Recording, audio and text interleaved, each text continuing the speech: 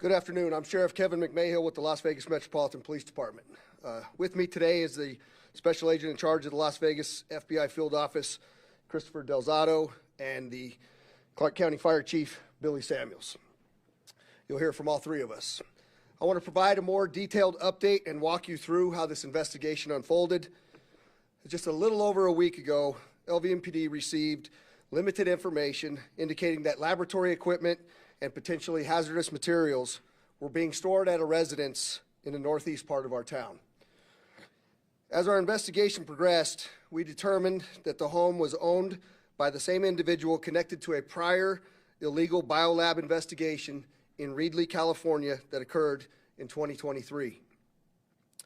The nature of that earlier investigation raised significant concern for what we might encounter in this new case. In Reedley, investigators reportedly discovered an illegal biolab containing materials possibly associated with a range of infectious diseases, including hepatitis, COVID, HIV, malaria, and other potentially dangerous pathogens. While it is unknown whether similar materials were present here at the Las Vegas residence, the possibility required us to proceed with extreme caution. Because of these concerns, LVMPD's counterterrorism section and our Armor Task Force, in partnership with the FBI, immediately initiated a joint investigation and began developing detailed operational plans to address this potential threat.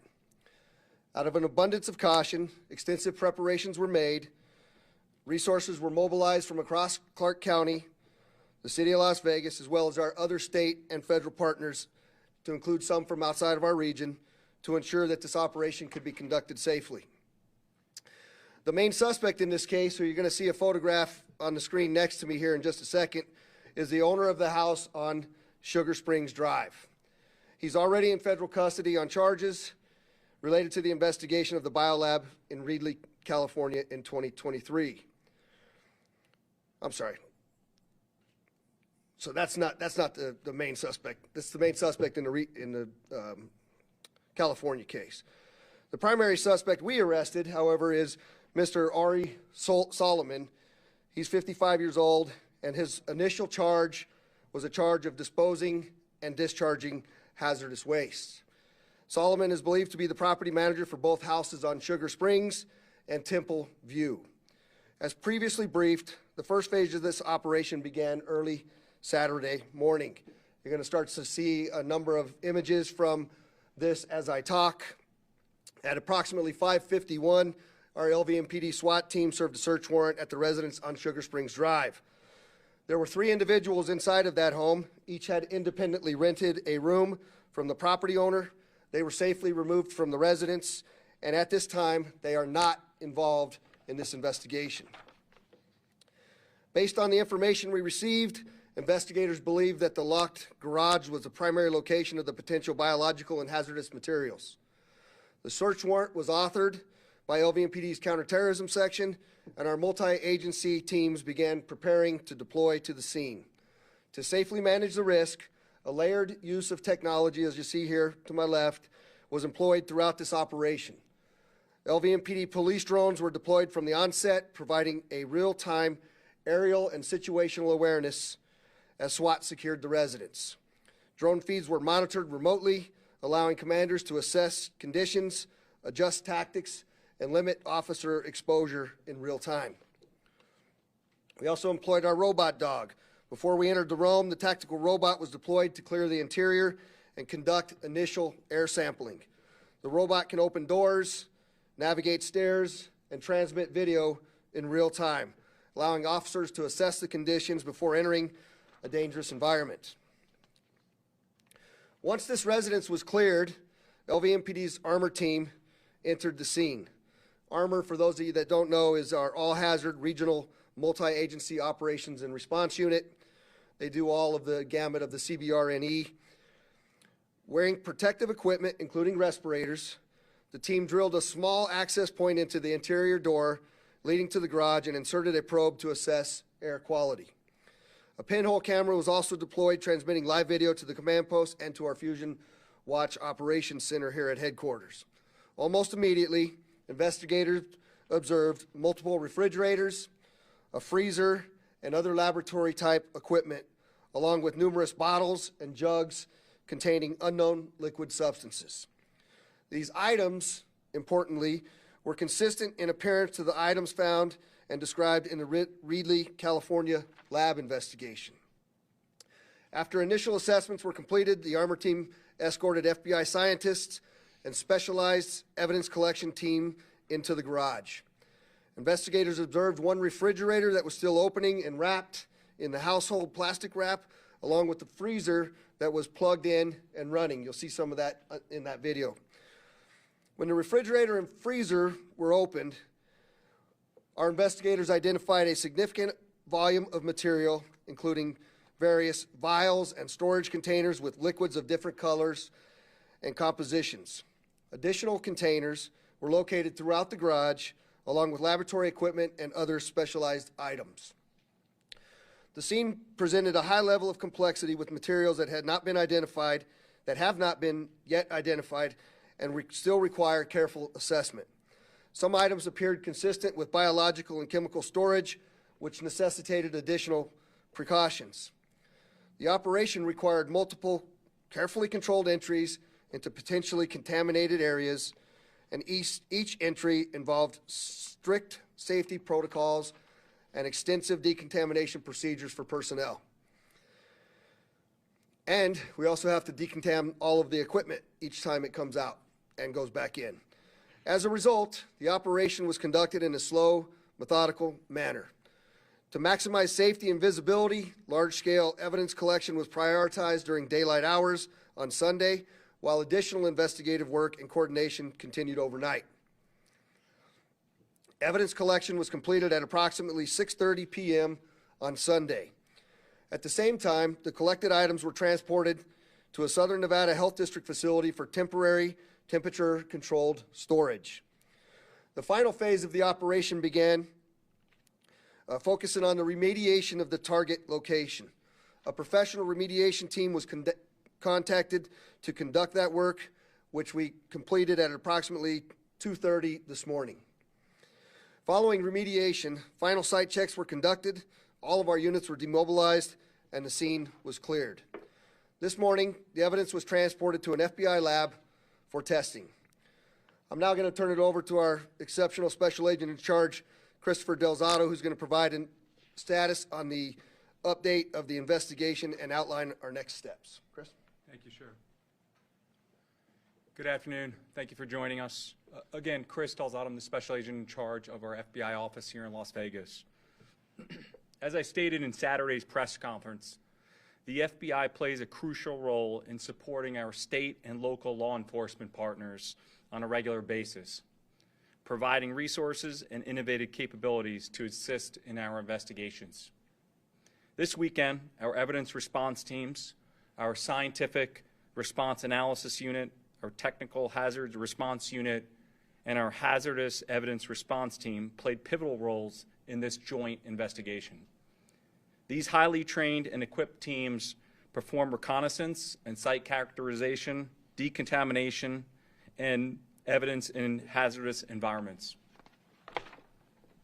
As you can see on the screen, and as observed in the scrolling footage, our FBI scientists have been diligently collaborating with agents and Metro detectives throughout the weekend and during the recovery and sampling process.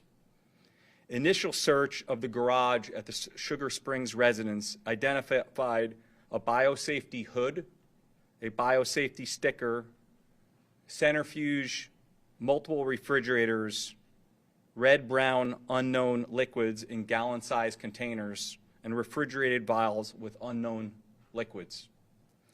More than 1,000 samples were collected, stored safely, and secured safely at the Southern Nevada Health District Laboratory. Early this morning, all samples were carefully loaded into an FBI aircraft for transportation to the National Bioforensic Analysis Center in Maryland.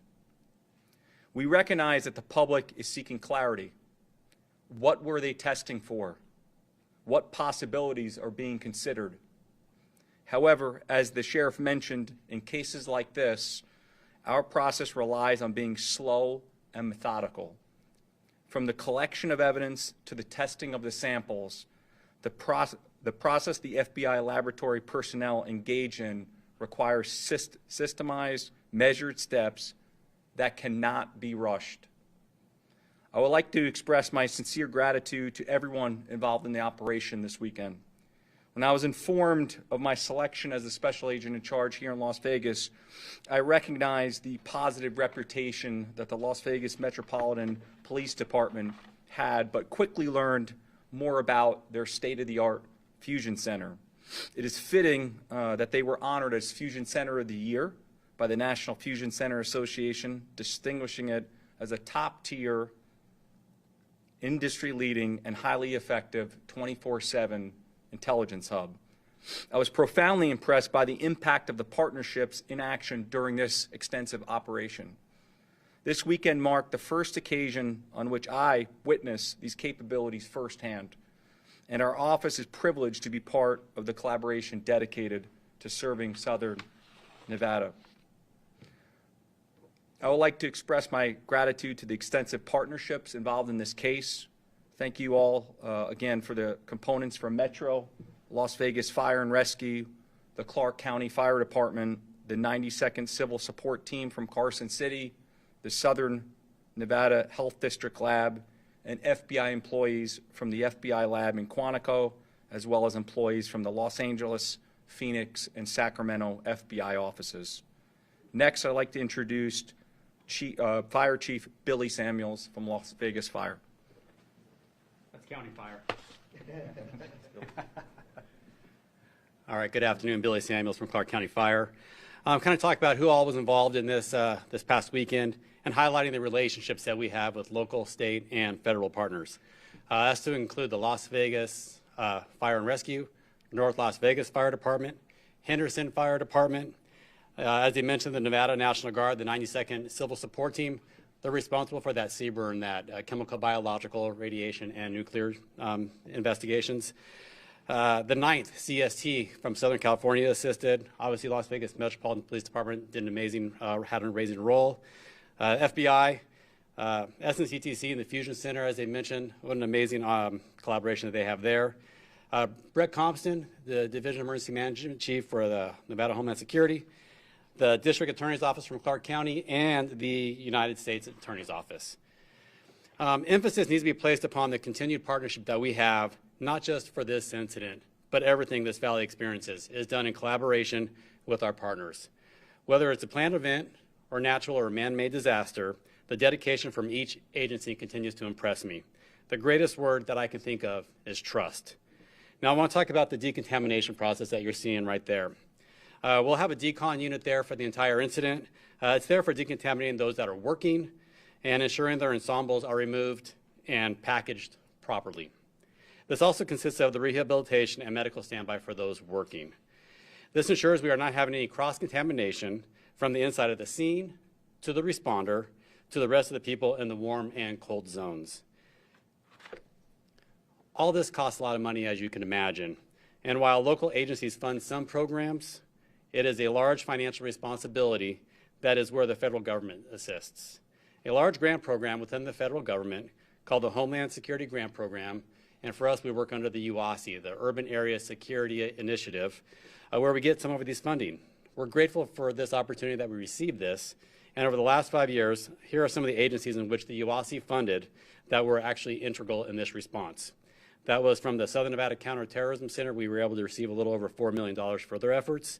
LVMPD Armor, as Sheriff mentioned, has a little over $1 million. Southern Nevada Health District and their public health analysts that we have assigned to the Fusion Center, a little over $500,000.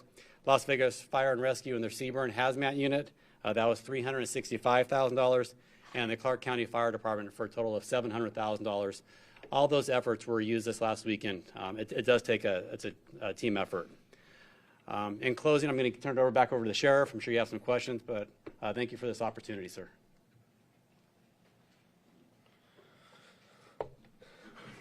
I just add a couple comments, and as Chief Samuels mentioned, the cooperation amongst our first responder community here in Southern Nevada is truly exceptional. We've done this over and over and over again. This operation is not possible without that coordination and the professionalism of all of those partners, working seamlessly towards a common goal.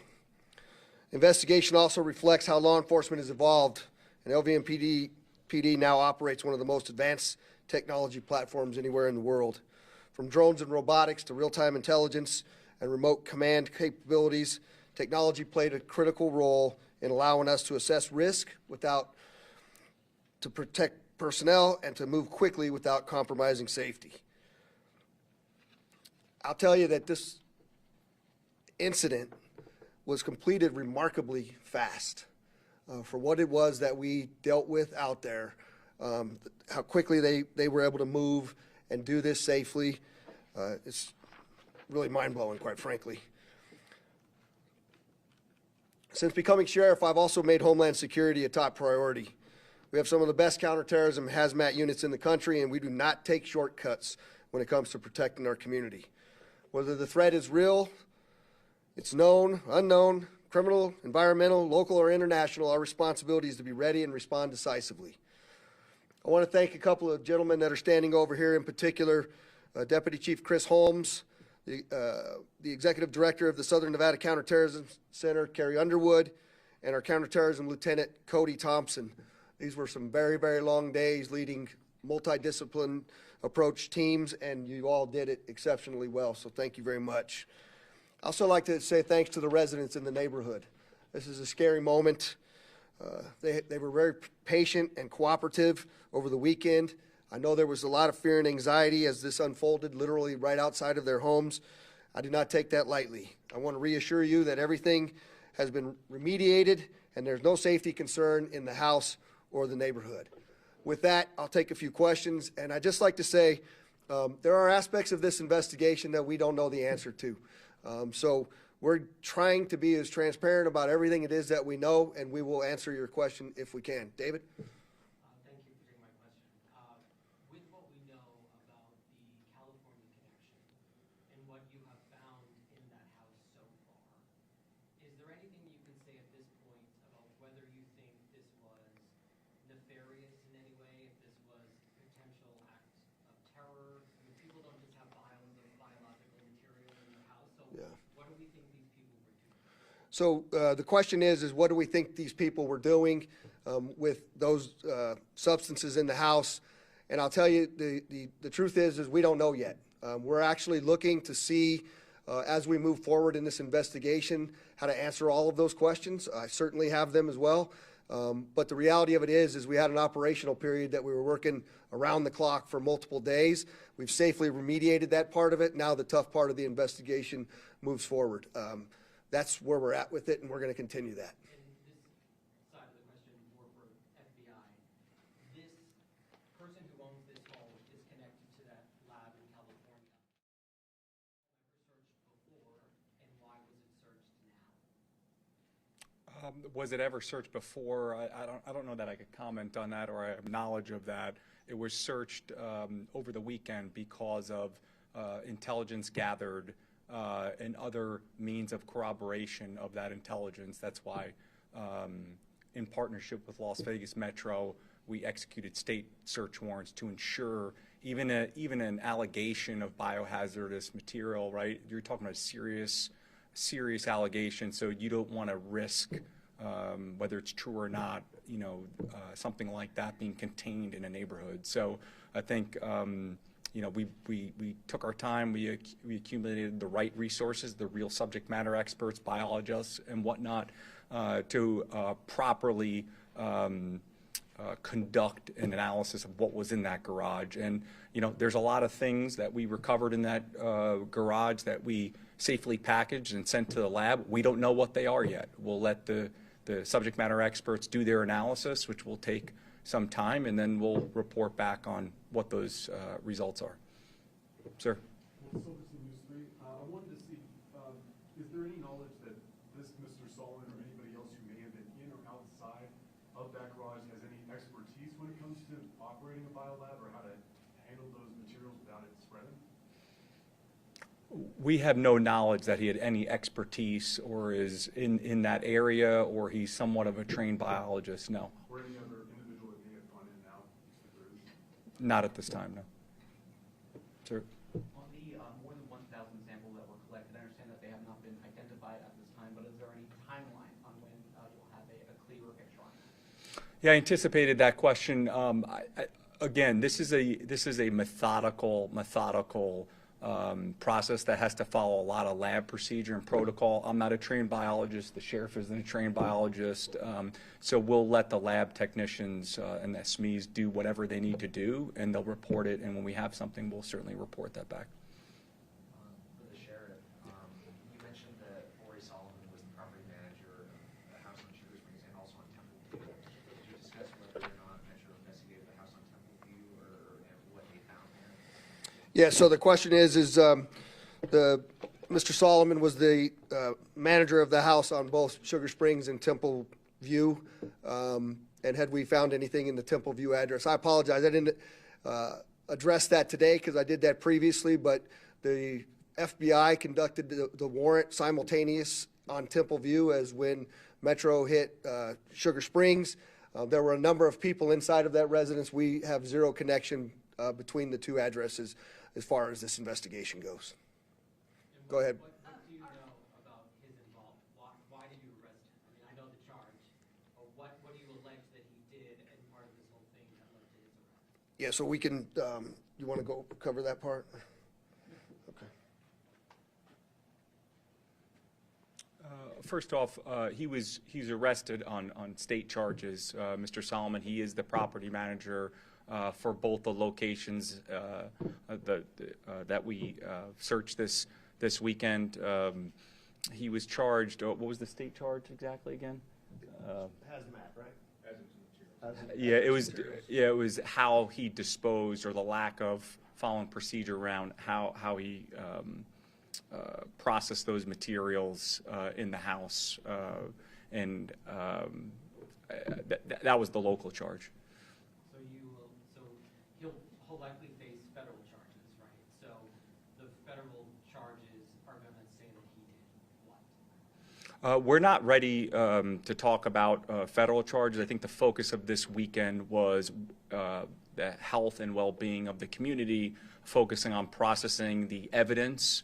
I think the investigation, as the sheriff alluded to, will hopefully illuminate some of those answers. But again, the focus of this 48-hour period was systematically breaking down that house, processing what was in there, and getting the test results. Obviously, the investigation is just starting now. So, Go ahead. My question, I'm not sure actually which one of y'all is better to address to, but are there concerns to look for other houses or properties in the valley that could also be involved in this? And if someone happens to think that their neighbor or somebody is involved in it, would it be best for them to contact Metro, call 911, contact the FBI? Yeah, the question is, says there's other residences or businesses that are concerning or connected with this individual. I can tell you that there are a number of locations that we thought could potentially be associated with Mr. Solomon, and we've ruled all of those out as being connected to this particular investigation. The second part of that question was, who should the public contact if they believe that they've come in contact with this individual, either the FBI or Metro? You feel free to give either one of them a call. Sir? Yeah, Giovanni Carrillo with Channel 13. Do you know if anybody was exposed to any of the material inside the home, like specifically the people living at the home? And also, how did Mr. Solomon dispose of this material? So the question is there any exposure to anybody that was in the home, to include our first responders? The answer to that is no. And there's a certain means and method that you have to dispose of this material, and that did not occur within that. We can provide a little bit more insight on that after the press conference. Anybody else? Is there any indication that Mr. Zhu or Mr. Hurd, depending on the alias that they go under, would have had any contact with Mr. Solomon from behind federal bars or currently in federal custody? Yeah, we're not prepared to answer whether there's any connections between that case and our case at this point, but I can promise you that is one of the areas that we are looking at. Is there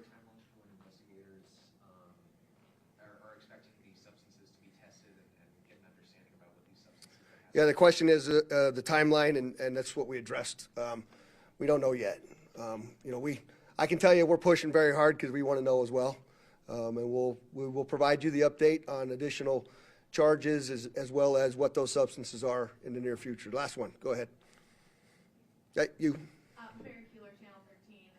Just to reiterate to people who have been asking lots of questions on our social media as this has all been unfolding, there was not and there is not any danger in the air quality or even the water supply in that area. So the question is there any danger in the air quality or the water supply? We did all of that testing and there's zero threat to the public. It was contained within that garage, and we'll provide you some updates as we get them. Thank you.